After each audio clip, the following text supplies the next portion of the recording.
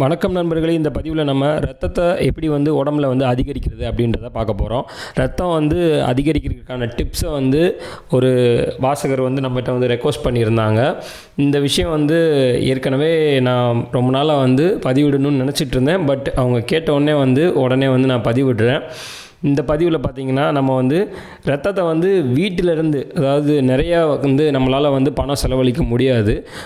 இப்போ இருக்கிற கண்டிஷன் பார்த்திங்கன்னா நிறைய பேர்த்துக்கு ரத்தம் கம்மியாக இருக்கனால டாக்டர் போய் பார்க்குறாங்க. டாக்டர் டேப்லெட்ஸ் எழுதி தராங்க, அயன் டேப்லெட்ஸு, இந்த மாதிரி நிறைய விஷயங்கள்லாம் நடக்குது. ஆனால் அதையெல்லாம் தாண்டி நம்ம வீட்டில் இருந்த மாதிரிக்கே பணம்லாம் அதிகமாக செலவழிக்காமல் ரத்தத்தை நம்ம அதிகரிக்க முடியும். அதுக்கான ஒரு சின்ன எடுத்துக்காட்டு பார்த்திங்கன்னா, நம்ம எந்த விஷயத்தையும் கண்டினியூஸாக, அதாவது தொடர்ச்சியாக எதையுமே நம்ம ஃபாலோ பண்ணுறது கிடையாது. அப்படி தொடர்ச்சியாக ஃபாலோ பண்ணும்போது மட்டும்தான் அது நமக்கு ஒரு இம்பேக்ட் ஆகி நமக்கு அந்த விஷயம் நடக்கும். அதே மாதிரி தான் ரத்தம் அதிகரிக்கிறதும். வீட்டில் இருக்கிற நிறைய பொருட்கள் ரத்த விருத்தியை நமக்கு ஏற்படுத்தும். ஆனால் நம்ம அதை ஃபாலோ பண்ணுறது கிடையாது, நடைமுறை கொண்டு வர்றது கிடையாது. ஆனால் இப்போ நான் சொல்ல போகிற ஒரு எளிமையான ஒரு விஷயம். இந்த விஷயத்தை நீங்கள் தொடர்ச்சியாக ஃபாலோ பண்ணிங்கன்னா கண்டிப்பாக உங்கள் ரத்த விருத்தி நீங்கள் வீட்டிலேருந்தே நீங்கள் செய்யலாம். ஓகே, இப்போ முதல்ல ரத்தம் எப்படி உடம்புல ஊறுது அப்படின்றத முதல்ல தெரிஞ்சுக்கலாம். ரத்தம் எப்படி உற்பத்தி ஆகுது அப்படின்றத தெரிஞ்சுக்கிட்டால் தான் நம்ம எளிமையாக ரத்தத்தை அதிகரிக்கிறதுக்கான முயற்சிகளை நம்ம ஈஸியாக பண்ண முடியும். ஓகே, ரத்தம் உடம்புல பார்த்திங்கன்னா நம்ம முழங்காலில், அந்த மூட்டுக்களில் இருக்கிற எலும்பு மஜ்ஜையில் தான் ரத்த செல்கள் உற்பத்தி ஆகுது. ரத்தம் தண்ணீர் மாதிரி இருக்கலாம், தண்ணீரோட கலந்து ஒரு திரவம் தான் ரத்தம். ஆனால் இப்போ நீங்கள் ரத்தத்தை ஒரு வெயிலில் வச்சிங்கன்னா அது உடனே உங்களுக்கு ட்ரை ஆகி அதில் இருக்கிற ரத்த செல்கள் மட்டும் அப்படியே பார்த்திங்கன்னா வந்துடும் உங்களுக்கு. அதாவது அதில் இருக்கிற தண்ணி சத்தெல்லாம் எவாபரேட் ஆகி அதில் இருக்கிற செல்கள் மட்டும் பவுட்ரு மாதிரி வந்துடும் ரத்தத்தில். ஸோ அப்போ ரத்தங்கிறது என்னென்னா அந்த பவுட்ரு தான். ஸோ இந்த திரவங்கிறது வாட்டர் மிக்ஸ் ஆனது. ஸோ அது என்னென்னா ஹீமோக்ளோபின்ற கண்டென்ட் தான் ரத்த செல்கள் அப்படின்னு நம்ம தமிழில் சொல்கிறோம். இந்த ரத்த செல்கள் உற்பத்திக்கு முக்கியமான விஷயம் நமக்கு என்ன தேவை அப்படின்னு பார்த்திங்கன்னா இரும்புச்சத்து தான் ஹீமோக்ளோபின் நமக்கு கன்வெர்ட் ஆகுது. இரும்புச்சத்து உடம்புல எவ்வளோ அதிகமாக இருக்கோ அதுக்கேற்ற மாதிரி நம்ம ரத்தமும் அதிகமாக இருக்கும். அவ்வளோதான். இதில் பார்த்திங்கன்னா ரத்த செல்கள் நம்ம பிறந்து கொஞ்ச நாளில் அப்படி ரத்த செல்கள் நமக்கு பிறக்கும்போதே ரத்த செல்கள் உற்பத்தி ஆகிடும். கொஞ்ச நாளைக்கு அப்புறம் பார்த்திங்கன்னா அந்த ரத்த செல்கள் என்ன ரத்த செல்கள் இருக்கோ அதே ரத்த செல்கள் தான் இறந்து மீண்டும் மறுபடியும் அதே அந்த இரும்புச்சத்து ஹீமோக்ளோபினாக மாறும். அதாவது இருக்கிறதே திருப்பி மறுசுழற்சியே ஆகிட்டே இருக்கும். யார் ஒருத்தர் தொடர்ச்சியாக உணவு முறையை அதாவது இரும்புச்சத்து அந்த உணவு முறையை ரெகுலராக எடுத்துக்கிட்டு இரும்புச்சத்து உடம்புக்கு அதிகமாக அவங்க ஏற்படுத்தி கொடுக்குறாங்களோ அவங்களுக்கு தான் ரத்த செல்கள் அதிகமாக இருக்கும், ரத்தம் அதிகமாக இருக்கும். காலப்போக்கில் பல மனிதர்கள் இரும்புச்சத்து அதிகமான உணவுகளை எடுத்துக்கொள்றதுலையும், அதுக்கப்புறம் அந்த ரத்த செல்களை உடம்புல, அதாவது புதுசான செல்கள் உற்பத்தி பண்ணுறதை குறைச்சிடுறாங்க. அதனால தான் உடம்புல ரத்தம் கம்மியாகுது. அதில் முக்கியமாக பார்த்திங்கன்னா பெண்களுக்கு பார்த்திங்கன்னா மாதவிடாய் காலங்களில் அதிகமான ரத்தம் தேவைப்படும். ஆனால் அவங்களும் இதே மாதிரி கேர்லெஸ்ஸாக இரும்பு சத்து அதிகமான உணவுகள் இதெல்லாம் எடுத்துக்காதனால அவங்களுக்கு ரொம்ப கம்மியாகிடுது. அவங்களால இந்த இப்போ இருக்கிற பெண்களுக்கு மாதவிடாய் காலத்தில் அதிகமான வலி இருக்குது. ஏன்னா அதுக்கு காரணம் என்னென்னா அவங்க ரொம்ப டயர்டாகிடுவாங்க. ரத்தம் அதிகமாக போனால் ரொம்ப டயர்டாகிடுவாங்க. அவங்க உடம்புலேயே அதிகமான ரத்தம் இல்லை, இருக்கிற ரத்தமும் போகிறதுனால அவங்க ரொம்ப டயர்டாகிடுறாங்க. அடுத்தடுத்த நாட்களில் ரொம்ப வீக் ஆகிடுறாங்க. இதனால தான் கர்ப்பம் அடைகிறதும் தள்ளி போகுது. உடம்புல நிறையா பிரச்சனைகள் வருது. இதனால தான் எல்லோரும் ஃபெர்டிலிட்டி சென்டர் அந்த மாதிரிலாம் போய்கிட்டு இருக்க நிலமை இருக்குது. ஆண்களுக்கும் அதே மாதிரி தான். ஆண்களுக்கு ரத்த செல்கள் இதெல்லாம் குறையும் போது அவங்களோட வீரியம் வீரியத்தன்மை குறைஞ்சிருது. அதனால் அவங்களுக்கும் இந்த ஃபெர்டிலைசேஷன் இந்த மாதிரி அவங்களும் போயிட்டு வராங்க. சரி, இப்போ நம்ம இரும்புச்சத்து இருக்கிற உணவுகள், அதாவது பேரிச்சம்பழம் சாப்பிட்ணுமாங்க, மாதுளம்பழம் சாப்பிட்ணுமாங்க, ஆப்பிள் சாப்பிட்ணுமாங்க, இந்த மாதிரி இந்த உணவுகள்லாம் நம்ம சாப்பிடும்போது அந்த இரும்புச்சத்து நம்ம உடம்புல சேர்ந்துருதா அப்படின்னு பார்த்தீங்கன்னா கிடையாதுங்க. உங்கள் உடம்புல இரும்புச்சத்து சேரணுன்னா உங்கள் உடம்பு அந்த இரும்புச்சத்தை ஏற்றுக்கணும். அதுக்கு தகுந்த மாதிரி உணவு முறைகளை நீங்கள் ஃபாலோ பண்ணணும். ஃபார் எக்ஸாம்பிள், நீங்கள் டெய்லி காஃபி டீ குடிக்கிறீங்க. டெய்லி காஃபி டீ குடிச்சிங்கன்னாலே உங்கள் உடம்பு அந்த இரும்புச்சத்தை எடுத்துக்காது. காஃபி டீயில் இருக்கிற அந்த மூலப்பொருள்கள் வந்து அந்த இரும்புச்சத்து ஏற்றுக்கிற தன்மையை வந்து உடம்புல வந்து முழுமையுமாக குறைச்சிட்டு, நீங்கள் டெய்லி டீ காஃபி குடிக்கும்போது தினமும் வந்து உங்கள் உடம்புல இரும்புச்சத்து புதுசாக எதுவுமே வந்து சேராது. ஏற்கனவே இருக்கிற அந்த இரும்புச்சத்து தான் வந்து இரத்த செல்களை வந்து மறுசுழற்சி ஆக்கிட்டே இருக்கும். ஆனால் புதிய செல்கள் வந்து உடம்புல வந்து எப்போவுமே சேராது. ஏன்னா நீங்கள் காஃபி டீ குடிச்சுறீங்க, அதில் இருக்க மூலப்பொருள்கள் வந்து இரும்புச்சத்தை அந்த பொருள்லேருந்து நமக்கு ஒட்டாத மாதிரி பண்ணிடும். ஒட்டாது நம்ம உடம்புல. நம்ம என்னதான் இரும்புச்சத்து இருக்கிற உணவுகள் சாப்பிட்டாலும் அது உடம்புல ஒட்டாது. ஓகே, இப்போ இரும்புச்சத்து நம்ம உடம்புல ஒட்டணும் அப்படின்னு பார்த்தீங்கன்னா முதல்ல டீ காஃபி அவாய்ட் பண்ணணும். நீங்கள் டீ காஃபி சாப்பிடவே கூடாது. அப்படி இருந்தீங்கன்னா மட்டும்தான் உங்கள் ரத்த செல்களை நீங்கள் இம்ப்ரூவ் பண்ண முடியும் ஃபஸ்ட்டு. ஓகே, அடுத்த சாய்ஸ், இரும்புச்சத்து உடம்புல ஒட்டணும்னா அதுக்கு தகுந்த மாதிரி நம்ம உடம்புல விட்டமின் சி சத்து இருக்கணும். விட்டமின் சி சத்து நம்ம உடம்புல இருந்தால்தான் அந்த இரும்பு சத்தை வந்து அப்சர்வ் பண்ண முடியும். அயன் கண்டென்ட்ஸை வந்து நம்ம அப்சர்வ் பண்ணி அதை வந்து நம்ம ரத்த செல்லாக கன்வெர்ட் பண்ண முடியும். ஓகே, அப்போ விட்டமின் சி நீங்கள் வந்து தினமும் கண்டிப்பாக ஒரு ஆரஞ்சு பழமோ இல்லை வந்து கொய்யாப்பழமோ, இந்த விட்டமின் சி சத்து இருக்கிற எந்த பழமாவது ஒரு பழம் நீங்கள் சாப்பிட்டே ஆகணும். அதாவது சிட்ரஸ் ஃப்ரூட்ஸ்னு சொல்லுவாங்க. சிட்ரஸ் ஃப்ரூட்ஸ்லாம் வந்து விட்டமின் சி இருக்கும். அந்த மாதிரி ஃப்ரூட் ஏதாவது 1 2 இந்த மாதிரி வந்து நீங்கள் கால்குலேஷன் பண்ணி உங்கள் உடம்புக்கு ஏற்ற மாதிரி நீங்கள் சாப்பிட்டுக்கணும். 2 ஆரஞ்சு பழம், இல்லாட்டி 2 கொய்யாப்பழம், இல்லை உங்களால் எதுவுமே முடியலை, அதாவது இது வாங்குறதுக்கெலாம் என்கிட்ட பணம் இல்லை அப்படின்னு பார்த்தீங்கன்னா எலுமிச்சம்பழம் உங்களோட ஈஸியான சாய்ஸ். டெய்லி வந்து மார்னிங் வந்து லெமன் வித் ஹனி, அதாவது எலுமிச்சம்பழத்தில் வந்து ஒரு சுடுதண்ணியில் வந்து எலுமிச்சம்பழத்தை வந்து போட்டு நல்லா ஜூஸ் மாதிரி பிழிஞ்சு அதில் வந்து இனிப்புக்கு பதிலாக சர்க்கரை, அதாவது இனிப்பு சுகர் இந்த மாதிரி சீனி இந்த மாதிரிலாம் சேர்க்காம தேனை வந்து ஊற்றி நீங்கள் ஜூஸாக குடிச்சிருங்க. அப்போனா வந்து உங்கள் உடம்புல வந்து அயனை வந்து எடுத்துக்கிற அந்த இரும்பு சத்தை உறிஞ்சிற விட்டமின் சி உங்களுக்கு உடம்புல வந்து ஆட் ஆயிரும். ஓகே, விட்டமின் சி எடுத்தாச்சு. இப்போ இரும்பு சத்துக்கு வந்து பார்த்திங்கன்னா பேரிச்சம்பழம் சொல்லுவாங்க, அத்திப்பழம் சொல்லுவாங்க, இந்த மாதிரி வந்து பெரிய பெரிய ஃப்ரூட்ஸு, ட்ரை ஃப்ரூட்ஸு, பாதாம் இந்த மாதிரிலாம் எடுத்துக்க சொல்லுவாங்க.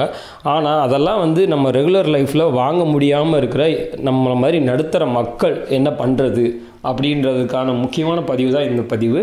நீங்கள் இதெல்லாம் வந்து உங்கள்கிட்ட பணம் இருந்தால் இதெல்லாம் வாங்குங்க. பணம் இல்லாதவங்க என்ன பண்ணுறீங்க அப்படின்னு பார்த்தீங்கன்னா, தினமும் வந்து, அதாவது நம்ம இரும்புச்சத்து இருக்கிற தாவரங்கள் அதை வந்து நம்ம எப்படி கண்டுபிடிக்கலாம்னு பார்த்தீங்கன்னா, நம்ம இருக்கிற தாவரத்தில் வந்து எந்த தாவரத்தோட இலையில வந்து பார்த்திங்கன்னா ப்ரௌனிஷ், அதாவது ரெட்டிஷ் ப்ரௌன் கலரில் இருக்கிற அந்த இலைகளில் தான் வந்து அயன் கண்டென்ட் வந்து அதிகமாக இருக்கும். அதே மாதிரி கீரைகளில் அதிகமாக இருக்கும். ஓகே, இந்த மாதிரி கீரைகள், இந்த மாதிரி ரெட்டிஷ் ப்ரௌனில் இருக்கிற அந்த இலைகளில் தான் வந்து அயன் கண்டென்ட் இருக்கும். ஆனால் எல்லாத்தையும் நம்மளால் சாப்பிட முடியாது.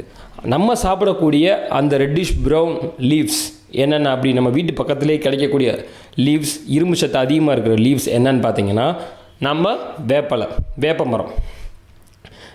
நம்ம சின்ன வயசுலன்னு சொல்லுவாங்க வேப்பங்குழந்தை சாப்பிடணும்.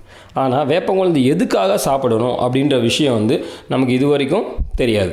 வேப்பங்குழந்தையில் இருக்க அந்த ரெட்டிஷ் ப்ரௌன் கலரில் இருக்க அந்த இலைகள் வேப்பங்குழுது, அதில் வந்து வேப்பங்குழுதில் வந்து பார்த்திங்கன்னா அதிகமான இரும்பு சத்து இருக்குது. அந்த இலையில் ஃபுல்லாகவே இரும்பு சத்து தான் இருக்கும். ஆனால் நமக்கு இது வரைக்கும் வந்து எதுக்குன்னு தெரியாது. நிறைய பேருக்கு தெரிஞ்சிருக்கலாம், தெரியாததுக்கு தான் அதிகமான வாய்ப்புகள் இருக்குது.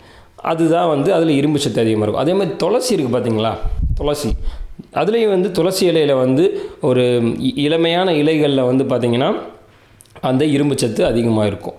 ஓகே, இந்த 2 பொருளை மட்டும் நீங்கள் வந்து மனசில் வச்சுக்கோங்க. இந்த 2 பொருள், ரெட்டிஷ் ப்ரௌனில் இருக்கிற அந்த வேப்பங்கொழுந்து, அப்புறம் வந்து துளசி இலைகள், புதுசாக முளைச்ச துளசி இலைகள், இந்த 2 பொருட்கள் போதுங்க உங்கள் உடம்புல இருக்க இரும்பு சத்தை அதிகரிக்கிறதுக்கு. இந்த 2 பொருளை நீங்கள் என்கிட்ட வந்து என்னோடய வாசகர் கேட்டது என்னென்னா, வீட்டிலேயே வந்து செய்யக்கூடிய டானிக் ஒன்று வந்து எனக்கு வந்து சஜஸ்ட் பண்ணுங்கள். டானிக் வந்து இருந்தால் அந்த இரத்த செல்களை அதிகப்படுத்துகிற ஒரு டானிக் சொல்லுங்கள் அப்படின்னாங்க.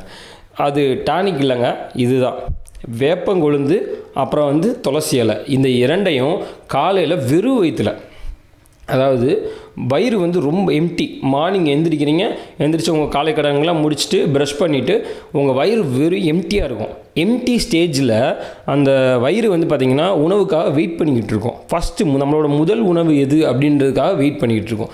உங்களோட முதல் உணவு எதுவாக இருக்கணும் அப்படின்னு பார்த்தீங்கன்னா, இந்த ரெட்டிஷ் ப்ரௌனில் இருக்கிற அந்த இரும்புச்சத்து அதிகமாக இருக்கிற அந்த வேப்பிலையும் வேப்பங்கொழுந்தும் அப்புறம் வந்து நம்ம துளசி இலையும், இந்த 2 தான் இருக்கணும். ஒரு 4 வேப்பிலை, 4 துளசி இலை, ஒரு கைப்பிடி அளவு அதை எடுத்து அப்படியே மென்று தின்னிங்கன்னா முதல் உணவாக அது போய் உங்களோட வயிற்றுப்பகுதியில் சேகரமாயிரும். வயிற்றுப்பகுதியில் சேகரமானோடனே அதில் இருக்க இரும்பு சத்துக்கள் நேரடியாக உறிஞ்சப்படுங்க. எங்கேயுமே கண்டாமினேட்டே ஆகாது. ஏன்னா நம்ம வந்து வெறும் வயிற்றில் சாப்பிட்றோம். ஸோ அதனால் வந்து கண்டாமினேட்டே ஆகாது. நேரடியாக உடம்பு அந்த இரும்பு சத்தை வந்து கிரகிக்கும். நம்ம ஏற்கனவே வந்து உடம்பை வந்து விட்டமின் சியால் வந்து தினமும் வந்து நம்ம வந்து அதிகரிச்சுக்கிட்டே இருக்கோம். டெய்லி வந்து விட்டமின் சி ஜூஸை குடித்து உடம்பு வந்து அயனை வந்து அப்சர்வ் பண்ணுறதுக்கு ரெடியாக வச்சுருக்குறோம்.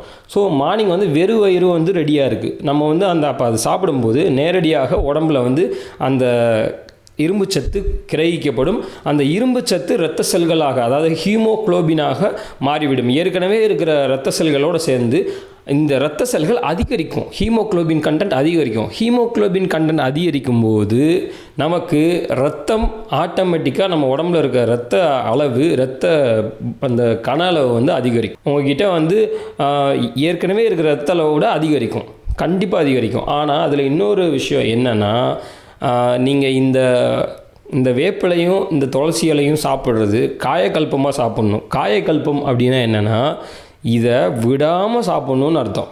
இதை விடாமல் சாப்பிட்ணும், ஒரு நாள் கூட விடாமல். டெய்லி இதை வந்து நீங்கள் காலையில் ப்ரஷ் பண்ணுறீங்க, ப்ரஷ் பண்ணாமல் நீங்கள் எதுவும் சாப்பிட மாட்டீங்க. டெய்லி ப்ரஷ் பண்ணுற மாதிரி நீங்கள் ஒரு நாள் கூட விடாமல் இந்த வேப்பிலையும் துளசி இலையும் வந்து நீங்கள் வந்து வெறும் வயிற்றில் சாப்பிட்ணும். டீ காஃபி சாப்பிடக்கூடாது. அதுக்கப்புறம் 3வது விஷயம் என்னென்னா, விட்டமின் சி இருக்கிற லெமன் ஜூஸ், ஆரஞ்சு ஜூஸ், கொய்யாப்பழம், இந்த மாதிரி விட்டமின் சி இருக்கிற உணவுகளையும் சாப்பிட்ணும். இதையும் சாப்பிட்ணும், இரும்பு சத்து உள்ள இந்த 2ஐயும் வெறும் வயிற்றில் சாப்பிட்ணும். அது போக டீ காஃபியை அவாய்ட் பண்ணணும். இந்த 3 விஷயத்தையும் வந்து நீங்கள் ரெகுலராக ஃபாலோ பண்ணீங்க. நீங்கள் இது மட்டும் சாப்பிட்டாலே வந்து நீங்கள் வந்து கண்டிப்பாக இரத்த செல்களை அதிகரிக்க முடியும்.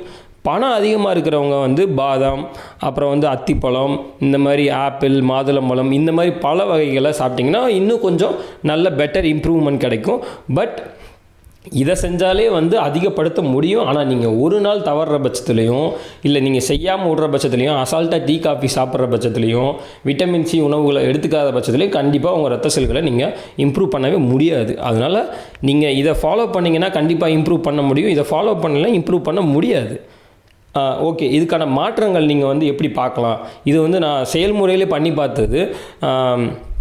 இதை நீங்கள் எப்படி தெரிஞ்சுக்கலாம் அப்படின்னு பார்த்தீங்கன்னா, உங்கள் கையை வந்து நல்லா, உள்ளங்கையை வந்து நல்லா விரித்து வச்சிங்கன்னா அதில் வந்து ரெட்டிஷாக இல்லாமல், அங்கங்கே வந்து ரெட்டிஷ் இல்லாமல் ஒயிட் கலரில் வந்து கேப் இருந்துச்சு, அதாவது கொஞ்சம் மங்கலான கலரில் இருந்துச்சு அப்படின்னா உங்கள் உடம்புல ரத்தம் வந்து ரொம்ப கம்மியாக இருக்குதுன்னு அர்த்தம். இந்த அந்த வெளுத்து போன அந்த கைகள் வந்து எப்போ வந்து கை ஃபுல்லாக, அதாவது கேப்பே இல்லாமல் எப்போ வந்து ரெட்டிஷ் கலரில் வந்து உங்களுக்கு வந்து இம்ப்ரூவ் ஆகுதோ அப்போ வந்து உங்கள் உடம்புல வந்து ரத்த செல்கள் இன்க்ரீஸ் ஆகிடுச்சு, உடம்புல ரத்த ஓட்டம் அதிகமாக இருக்குது அப்படின்ற கண்டிஷனுக்கு வந்துடும். இதை நீங்கள் உங்களோட உள்ளங்கையிலே தெரிஞ்சுக்கலாம். உங்கள் உள்ளங்கையை வச்சிங்கனாலே அதில் இருக்க வெளிர் நிறம் சிவப்பு கலரில் நல்லா வந்து ரெட்டிஷாக வந்து ரெட்டிஷ் இல்லாட்டி ரோஸ் கலரில் வந்து உங்களுக்கு கை ஃபுல்லாக பரவி இருக்கும். அந்த மாதிரி கை ஃபுல்லாக வந்து ரோஸ் கலர்லேயோ ரெட் கலர்லேயோ பரவிடுச்சு அப்படின்னா உங்களுக்கு வந்து உடம்புல ரத்த செல்கள் வந்து அதிகரிச்சிச்சுன்னு அர்த்தம். இந்த ரத்த செல்கள் வந்து அதிகரிக்கிறது இந்த ஹீமோகுளோபின் உருவாக்கத்துக்காக நான் இந்த பதிவை வந்து உங்களுக்கு நான் சொல்லியிருக்கேன். இது போக வந்து இந்த இரத்த சுத்திகரிப்புக்கு வந்து ஆக்சிஜன் ரொம்ப இம்பார்ட்டன்ட். அதை வந்து நம்ம அடுத்த பதிவில் பார்க்கலாம். இந்த வீடியோ உங்களுக்கு பிடிச்சிருந்துச்சுன்னா லைக் பண்ணுங்கள், உங்கள் ஃப்ரெண்ட்ஸ்க்கெலாம் ஷேர் பண்ணுங்கள். இது வரைக்கும் ஃபுல் மூன் டிவியை சப்ஸ்கிரைப் பண்ணலாம், சப்ஸ்கிரைப் பண்ணுங்கள்.